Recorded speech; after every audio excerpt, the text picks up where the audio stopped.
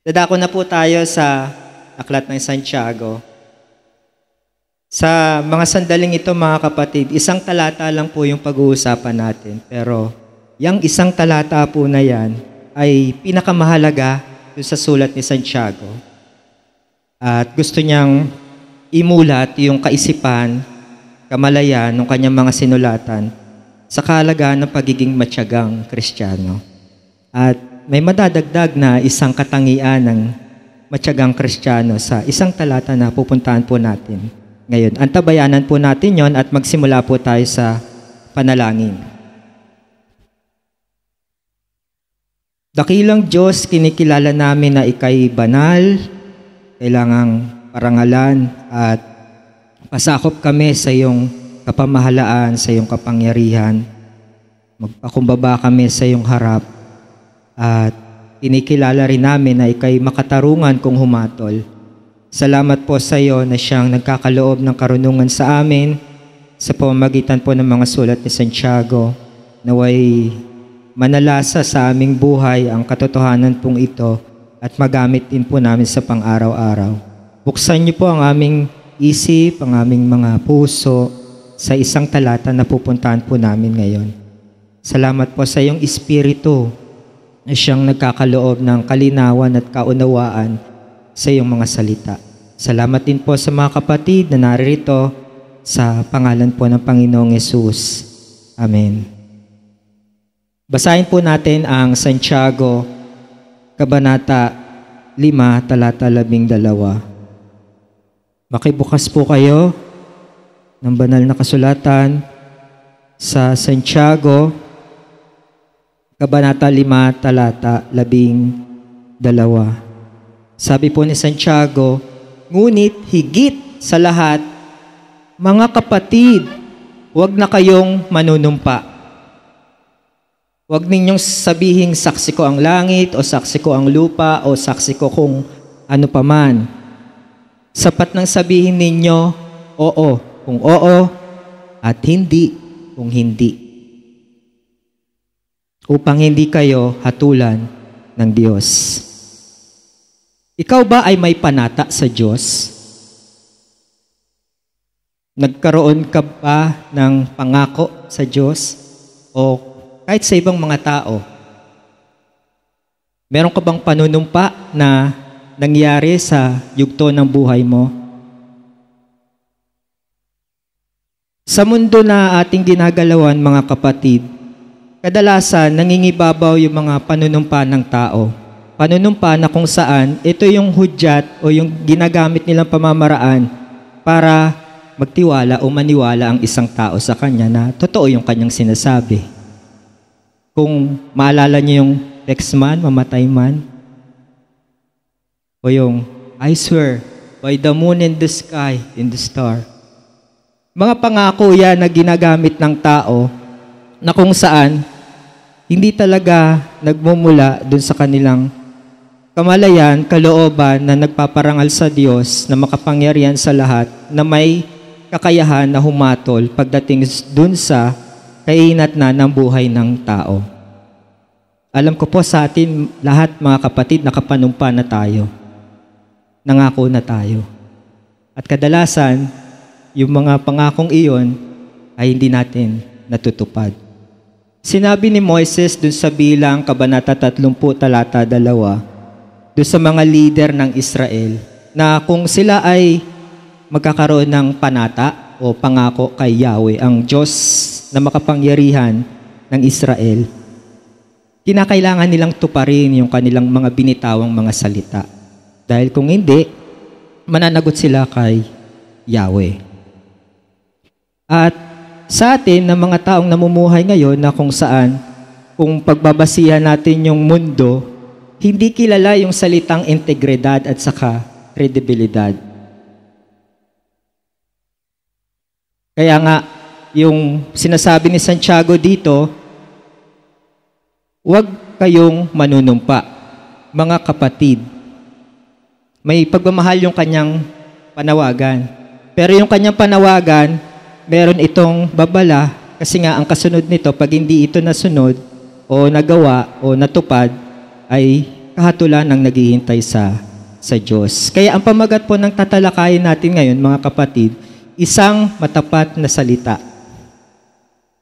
At inuungkat ni Santiago dito sa isang talata na to na yung pananalita ng isang tao, kumakatawan siya dun sa pagiging Kristiyano niya.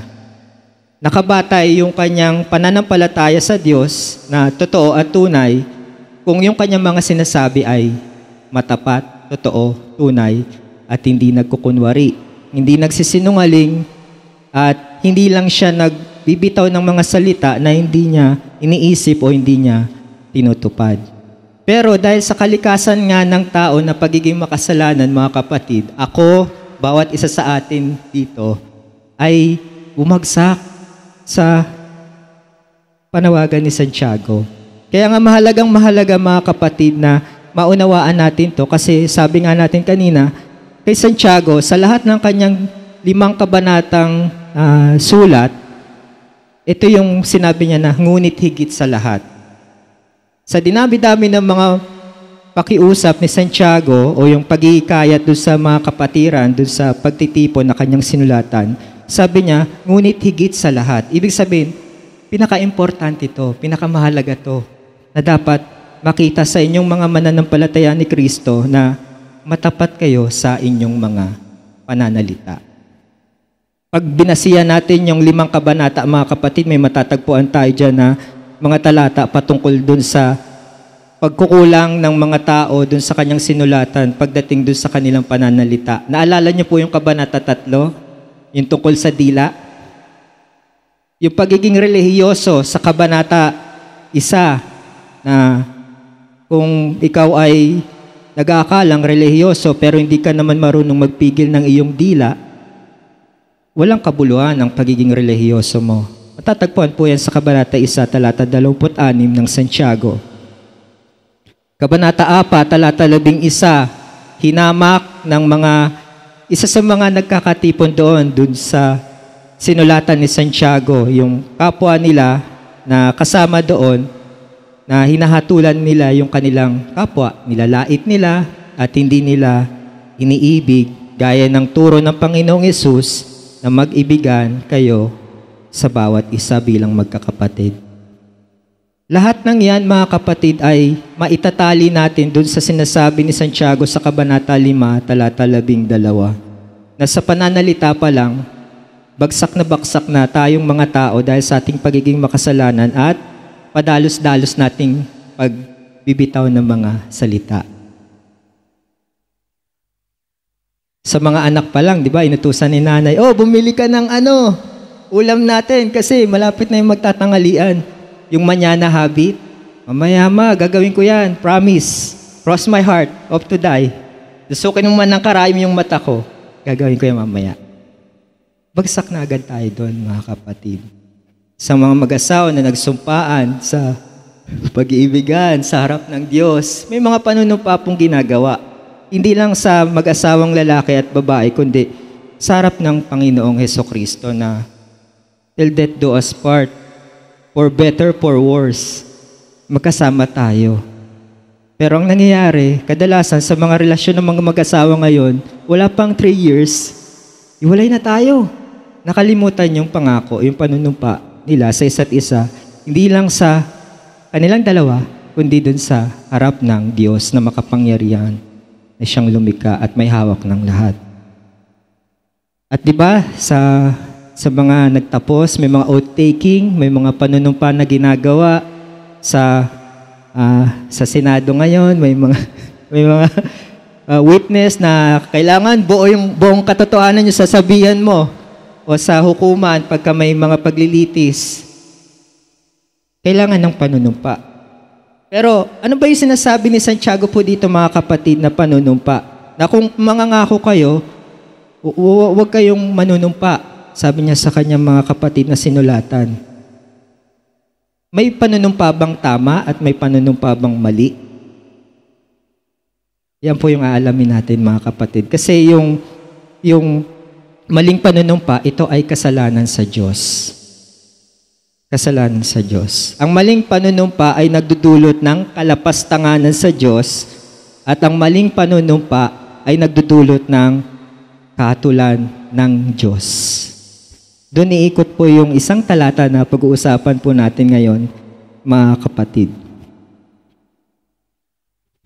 Yung panunumpa kasi, isa yung pamamaraan na kung saan hinihiram ng isang tao na nanunumpa o nangangako yung may mas nakakataas na may kapangyarihan. Halimbawa, sumusumpa tayo sa ngalan ng ulo ko. Itataya ko yung ulo ko bilang pangako dun sa mga gagawin ko para mapaniwala yung isang tao. Halimbawa, sino po ba dito yung lapitan ng mangungutang? Yung madaling utangan. Kasi yung mga tao, pagka sinusubok sila, lalo na sa financial, isa ito sa mga pagsubok, madali silang manumpa, madali silang mangako. Sige, sa katapusan, babayaran kita. Pero kailan yung katapusan na yun? Yung mga ganun po mga kapatid, di ba? Hindi natin alam kung kailan yung katapusan. Baka thank you na lang yon yung utang. Pero makikita natin sa katotohanan ng isang talatang ito, mga kapatid, merong Diyos na makatarungan. Tulad niya yung mga nanunumpa ng padalos-dalos at panunumpa na hindi naman talaga kaaya-aya sa Diyos kasi may mga maling panunumpa, mga kapatid, o mga pangako. Nagbigay siya ng halimbawa dito. Sabi po ni Santiago, huwag ninyong sabihing saksi ko ang langit, o saksi ko ang lupa, o saksi ko ang ano paman. Yung mga Hudyo po, mga kapatid, madalas dun sa pang-araw-araw nilang pamumuhay, mga paggawa dun sa trabaho, sa bahay, madalas nilang ginagamit yung pangako. At kadalasan, hindi man nabanggit dun sa Kabanata 5 na Santiago, maaaring yung mga nang-aping mayayaman dun sa mahihirap. Naalala niyo po yung mga kapatid, yung tungkol dun sa mga inapi ng mga mapang-aping mayayaman dun sa mahihirap, na kung saan hindi naman talaga sila nabigyan ng tamang sweldo dun sa kanilang mga paghahanap buhay. Maaaring pinangakuan sila ng mga mayayaman at hindi naman talaga nasuklian yung kanilang pagpapagal dun sa paghahanap buhay sa ilalim ng mga mayayaman. At sa mga Hudyo, ginagawa nilang excuse kasi ito, mga kapatid eh. Inaalis nila, di ba? Sabi dun sa mga talata sa Lumang Tipan, kung manunumpaman kayo sa ngalan ni Yahweh, ng makapangyarihang Diyos ng Israel. Hindi sinabi ni Santiago dito na sabihin ninyo na sa panunumpa nyo, pangako nyo, sa ngalan ni Yahweh o ng Diyos. Kundi, saksi ko ang langit, saksi ko ang lupa, o saksi ko ang ano paman. Ginagamit ng mga Hudyo yung mga katagang ito bilang pangako, panumpa, doon sa mga panunumpa sa kausap nilang mga tao para mahikayat yung mga tao kung ano man yung gusto nilang makuha o makamkam. Di na tayo nalalayo, di ba, sa panahon natin ngayon, yung mga pagka-eleksyon, ang gaganda ng mga pangako, yung mga plataforma, sa panunumpa pa lang, gagawin namin yung totoong serbisyo sa publiko, sa bayan, pero may mga anomalya. Kaya nasisira yung kalidad ng tamang panunumpa. Kasi sa Lumang Tipan pa lang, mga kapatid, sinasabi na ng Diyos na maaari kang manumpa sa ngalan ng Diyos, pero dapat mong tuparin ang bawat salita na binitawan mo. Yun nga lang, sa mga Hudyo dito, may mga ginagamit silang langit, lupa, o ano paman. Yung ano paman dito, kabilang dito yung sinasabi ng Panginoong Yesus doon sa Mateo, Kabanata 23. Diba? Doon sa kabanata na yon, may mga nakalista dun sa mga maling ginawa o anomalya ng mga Pariseo, ng mga tagapagturo ng kautusan. Sabi ng Panginoong Yesus, kahabag-habag kayo, woe to you, kayong mga mapagkunwari, Makakatakas ba kayo sa kahatulan ng Diyos? Kayong mga nagsasabi na yung mga ginto dun sa templo, pag yan ang ginamit ninyong panunumpa, dapat ninyong tuparin. Pero yung templo, hindi ninyo pinapahalagahan. Ganon din dun sa dambana. Hindi ninyo pinapahalagahan yung dambana na dapat ito yung iingalan ninyo sa pagpangako, pagsumpa, kundi yung mga handog. Pero sabi ng Panginoong Yesus, alin ba ang nagpapabanal sa templo? Yung ginto ba sa templo o yung templo mismo? Alin ba ang nagpapabanal dun sa dambana? Yung mga handog ba o yung kabuuan ng dambana? Mali kasi yung paggamit ng mga Hudyo, mga kapatid. Imbis na sa Diyos dapat sila manumpa, na dapat nilang tuparin, ginagawa nilang excuse to para pwede nilang baliin. Pwede nilang hindi tuparin. Saksi ko ang langit, saksi ko ang lupa, o saksi ko ang ano paman. Yung iba, yung ulo mismo. Kaya nga sabi ng Panginoong Yesus, hindi ninyo mapapaputi o mapapaitim yung hibla ng inyong buhok. Kaya, sino kayo para isangkalan yung inyong mga ulo sa panunumpa o pangangako kanino man?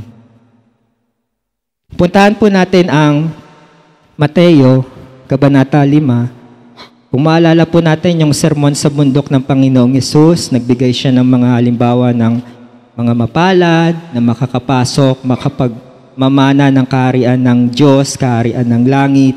At may mga katuroan siya doon tungkol sa pag-aayuno, sa pagka may nangaliwa, may asawa, nangalunya, at iba pa. At kabilang yung sa panunumpa o doon sa pananalita.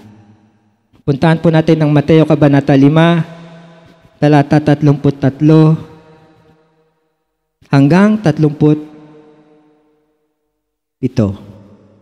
Ang ganda ng sinabi ng Panginoong Yesus sa mga talatang ito, na kung saan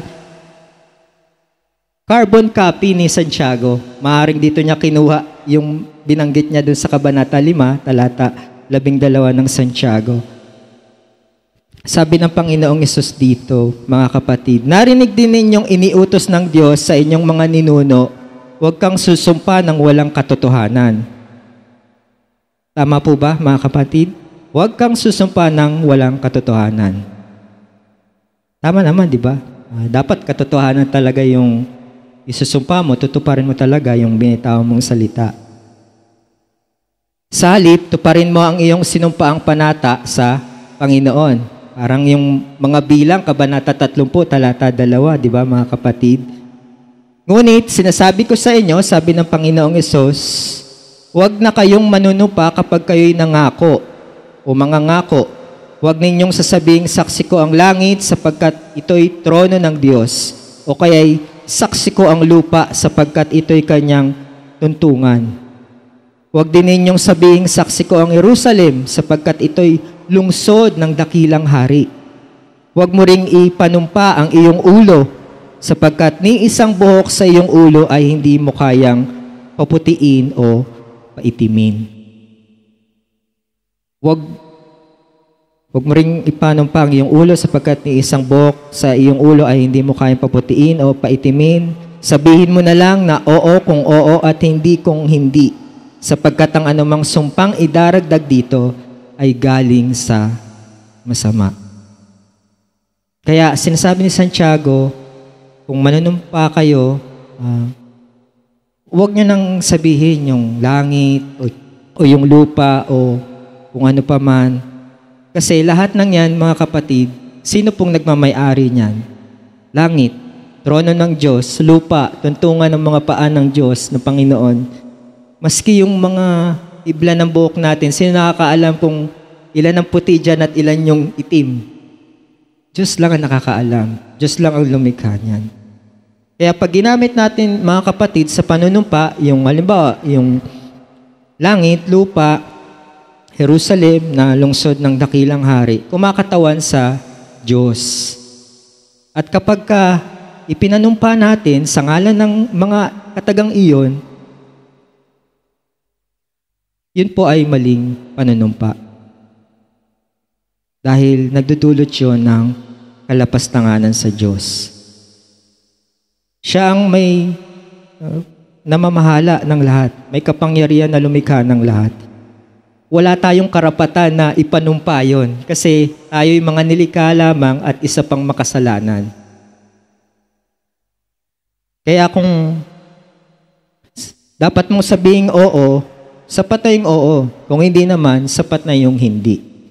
Ganun lang yung turo ng Panginoong Yesus at ni Santiago pagdating sa panunumpa. Kasi kung lalampas pa doon sa oo o hindi, meron pang mga matatamis na pangungusap para lang maakit yung tao o di kaya makuha mo yung gusto mo doon sa isang tao, makuha mo yung tiwala niya, baliwala yun mga kapatid. Sinasabi ni Santiago at saka ng Panginoong Jesucristo.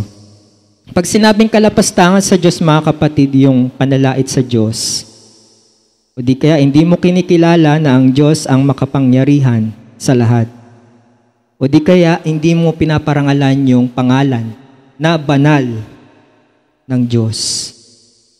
Kaya kung manunumpa tayo, wag mong gamitin ang saksi mo ang langit, saksi mo ang lupa o ang ano paman. Sapat nang sabihin mo ang oo o hindi. Kasi okay na yun, maintindihan na tayo ng tao doon mga kapatid sa salitang oo at saka sa hindi. Hindi mo na kailangan pang sa katapusan, promise ko sa'yo, tamaan ako ng kidlat pag hindi ako nagbayad sa'yo sa katapusan, pero hindi sinasabi yung kung kailan yung katapusan. Kaya may mga problema po sa maling panunumpa dahil nagdudulot ito ng kalapastanganan sa Diyos. Sa lumang tipan, mababasa natin sa mga bilang din po ito. Merong kautusan sa Israel na pagka ang isang babaeng nangaliwa sa kanyang may asawa o pinaghihinalaan ng asawang lalaki yung kanyang asawang babae, may ginagawa yung pari ng Israel mga kapatid na kung saan may pinapainom na mapait na tubig at pinapasumpa yung babae bago niya inumin yon. Kasi pag ininom niya yon at yung kanyang pagtataksil, itinago niya, nilihim niya, mamamaga yung kanyang balakang at saka yung bahay bata. Mahirapan siyang manganak o maaaring hindi na siya manganak. At kung susumpa yung babae at malinis naman yung kanyang pamumuhay, wala naman siyang ginagawang hindi maganda, tapat siya sa kanyang asawang lalaki, hindi tatalab yung sumpang yon pag uminom siya ng mapait na tubig. Yung maling panunumpa kasi mga kapatid, o sa madaling salita, may itinatago tayo, nagsisinungaling tayo, merong kaakibat na kabayaran yan. Parang yung kasalanan, kabayaran ay kamatayan. Merong idinudulot siya na kahatulan ng Diyos. Parang coins po yan mga kapatid. Pag nilapastangan natin ng Diyos sa maling panunumpa, una yon, warning, may judgment, may paghatol ang Diyos. Balikan natin yung Santiago Kabanata 5, talata 12.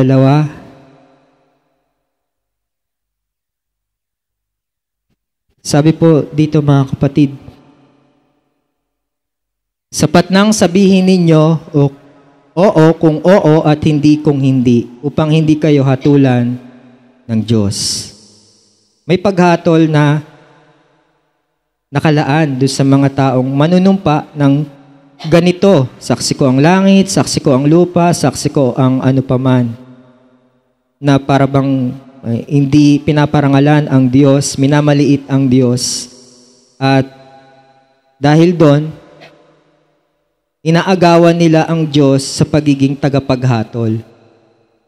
Iisa lang ang hukom, mga kapatid, ang Diyos.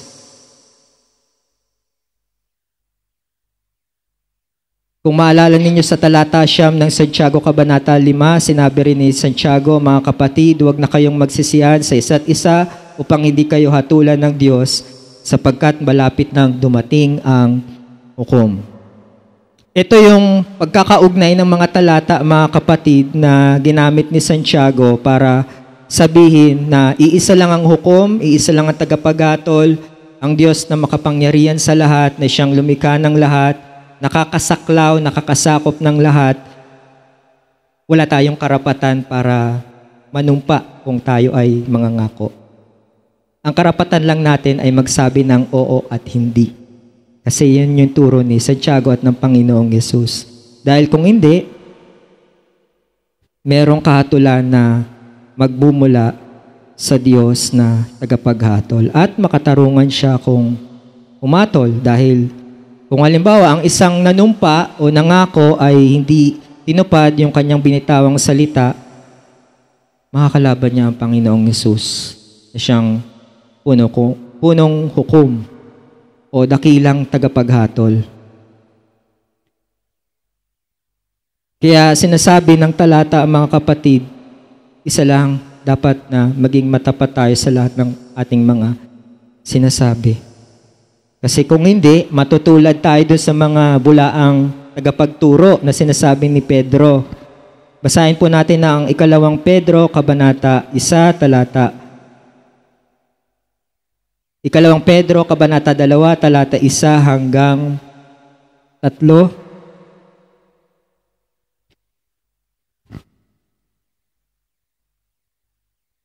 2 Pedro, Kabanata 2, talata 1 hanggang 3. Sabi po ni Pedro dito, noong una may mga huwad na propetang lumitaw sa Israel. May mga bulaan, ibig sabihin sinungaling, ito yung mga may mga pangako sa inyo, magaganda, pero sa bandang huli, paasahin lang kayo na nakawin yung pagtitiwala ninyo. Maaring ang tinutukoy niya dito yung mga pariseo, yung mga tagapagturo ng kautusan. Gayun din naman may darating sa gitna ninyo ng mga huwad na guro o mga bulaang tagapagturo. Ang ikakalat, imbis na katotohanan, kabaliktaran, kasinungalingan. Lihim silang magtuturo ng mga maling aral na ang dulot ay kapahamakan. Pati ang Panginoong nagligtas sa kanila ay kanilang itatakwil, kaya di magtatagal at sila'y mapapahamak. At marami silang mahikayat sa susunod sa kanilang kahalayan. At dahil dito, pati ang daan ng katotohanan ay mapaparatangan ng masama. Sa kanilang kasakiman, lilinlangin nila kayo sa pamamagitan ng kanilang matatamis na pananalita. Matagal nang nakahanda ang hatol sa kanila at ang pupuksa sa kanila ay hindi natutulog. Hindi natutulog ang Diyos, mga kapatid. Buhay ang Diyos na may nakalaang kahatulan doon sa mga taong susumpa pero hindi tutuparin yung mga binitawang salita. Kaya nga pagka may warning, may judgment. Naalala ko po dito sa mga talatang ito, nabanggit ko na po si Jephthah. Masaya ako pagka binabasa yung buhay ni Jephthah kasi siya yung tao na ipinanganak doon sa ibang babae. Illegitimate child si Jephthah at pinakwil siya ng mga kapatid niya doon sa tatay kasi maruming babae yung kanyang nanay. Pero pinili siya ng Diyos bilang leader ng Israel. Yung isa sa mga hukom na kung saan siya yung bayani ng Israel na kumakatawan sa makapangyarihang Diyos laban doon sa mga Amonita. May pangako kasing binitawan si Jephthah. Kung makita niyo po yung kwento po ni Jephthah, sabi niya sa Panginoong Diyos na si Yahweh ng Israel, kung ako'y pagtatagumpayin mo sa labanan kontra sa mga Amonita, yung mga Amonita kasi mga kapatid, parang ano sila, Ehipto o mga Amoreyo, kalaban ng Israel. Yung mga bahagi ng lupang pangako na ibibigay ng Diyos sa Israel, doon sila naninirahan. Yung mga Amonita, Gusto nila na paalisin yung mga Israelita na nandoon sa kanilang sinasabing lupain daw, pero hindi naman talaga kanila na lupain yon kasi sadyang ibinigay ng Diyos sa mga Israelita yung lupain na yon. At sabi ni Jephthah dun sa kanyang pangako, pag nagtagumpay siya sa labanan, sa digmaan kontra dun sa Amonita, kung sino man yung unang-unang sasalubong sa kanya sa bahay, ihahandog niya sa Diyos. At yung paghandog niya, handog na susunugin. Kaya si Jephthah, dahil sobrang tiwala niya, buo ang katapatan niya sa Diyos at kumpiyansado siya na yung Diyos talagang magtatagumpay kami laban sa mga Amonita. Kaya niya nabanggit yung pangako na yon. Pero si Jephthah kasi, ang pagkukulang niya, padalos-dalos siya ng mga binitawang salita. Pero ang maganda kay Jephthah, na lubos kong hinahangaan, tinupad niya yung pangako na yon. Kaya nung pagkasalubong nung anak niya, sumasayaw pa na may mga tambourine, maaaring nagdiwang kasi yung tatay niya ay nanalo sa mga Amonita. Si Jephthah na masayang-masaya mula doon sa labanan, kung ano yung kaligayahan niya, napalitan ng matinding kalungkutan, kapigatian dahil doon sa pagsalubong ng kanyang anak na kaisa-isang anak, babae pa, at mamamatay na walang anak. Sa madaling salita, tinupad ni Jephthah yung kanyang pangako sa Diyos. Yun nga lang, yun yung kinahinatnan ng kanyang pangako o panunumpa o panata sa Diyos. Tayo rin mga kapatid, may mga ganyan din tayong mga binibitawang salita na madalas yung mga ibinubunga ng salita natin hindi maganda. Halimbawa, palagi ako bumabalik doon sa may utang.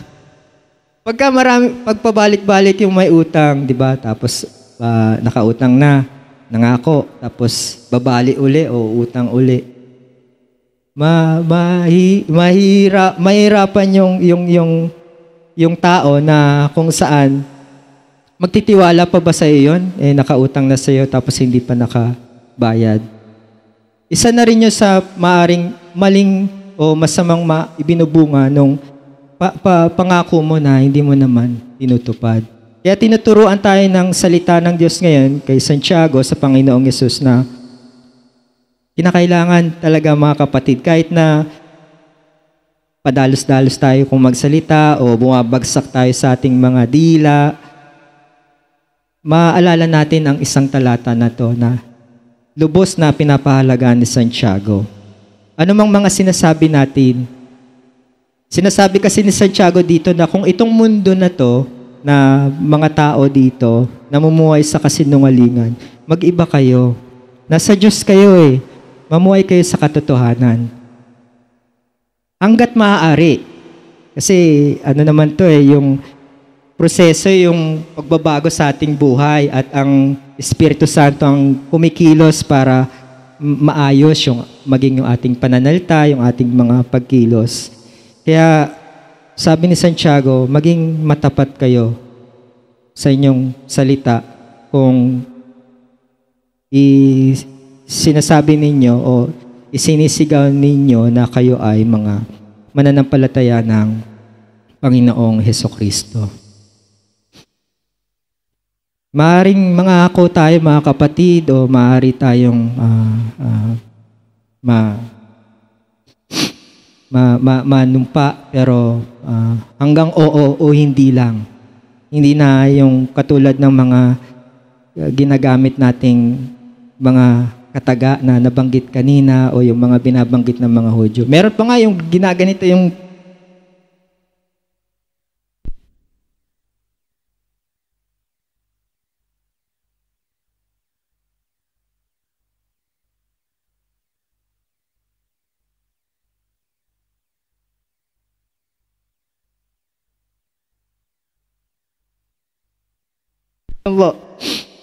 Mahalagang-mahalaga kasi yun, mga kapatid. Kasi tatapusin ng Santiago yung kanyang mga sulat.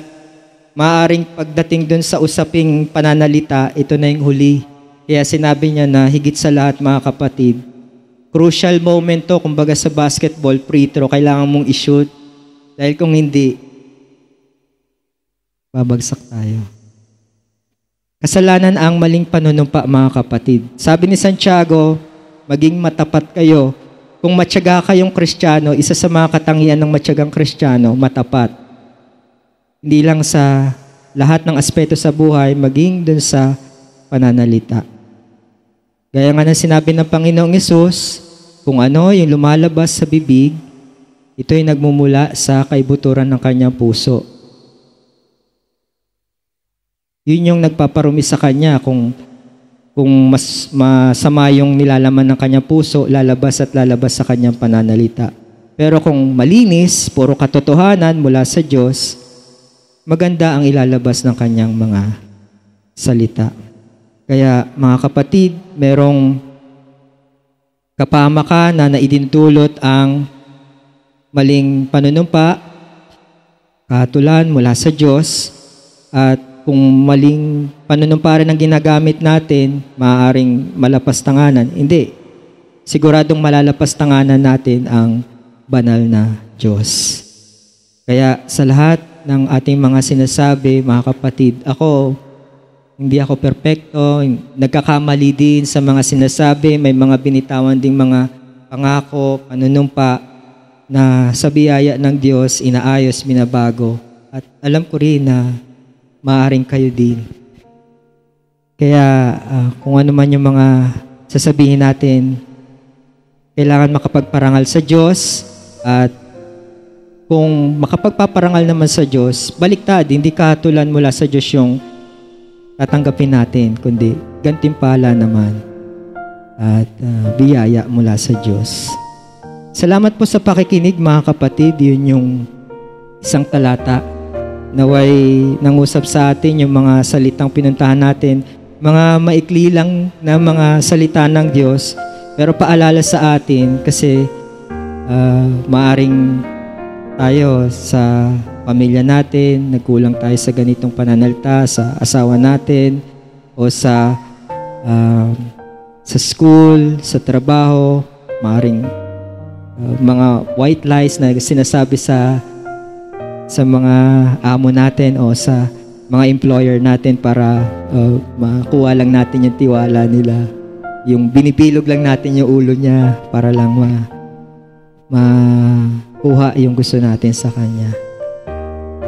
Ayun lang, mga kapatid. Salamat po sa pakikinig. Naway patuloy po tayong mangusap sa pamamagitan ng mga katotohanan mula sa Diyos. Manalangin po tayo.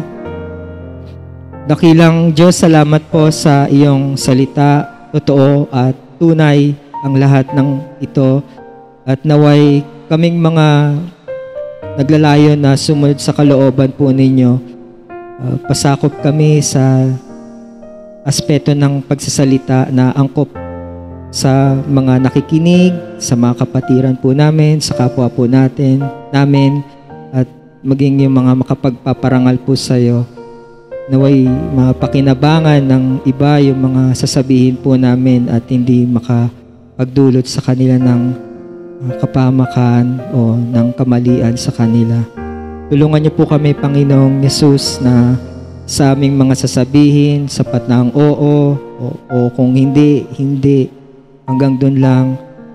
At naway ang mga talatang ang talatang pinuntahan po namin ngayon ay mamunga sa aming buhay Kristiyano, at ikaw yung makita naming halimbawa kung paano ka magsalita.